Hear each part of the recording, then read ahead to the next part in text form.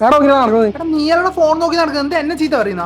Dialogue ചെയ്യണ്ടല്ലോ, കൈ ഉണ്ട് നീ നിന്റെ മോന്തൊക്കെ ഇരിക്കും. ആഹാ. ആ ഞാനാ. ഒരു 4 ആളും കൂടി പാലരോട്ടത്തേക്ക് വാ. ഇച്ചിരി മോടാ.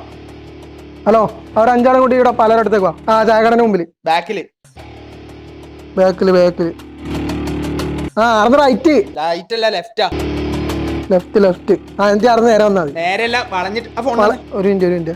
ആ മോനെ, പൈപ്പ് ലൈൻ ഇല്ലേ, പൈപ്പ് ലൈനിന്ന് റൈറ്റ് വന്നിട്ട് ഇടത്തോട്ട്.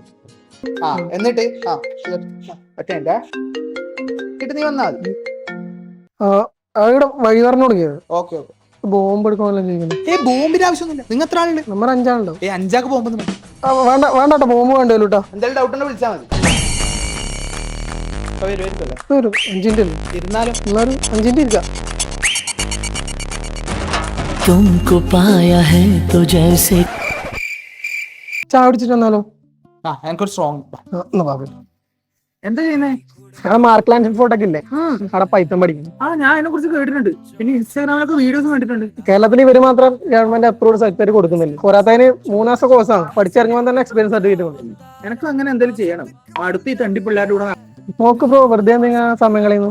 ഇവരെ കാണുന്നില്ല. പോയി നോക്കിയാലോ? നോക്കിയാലോ?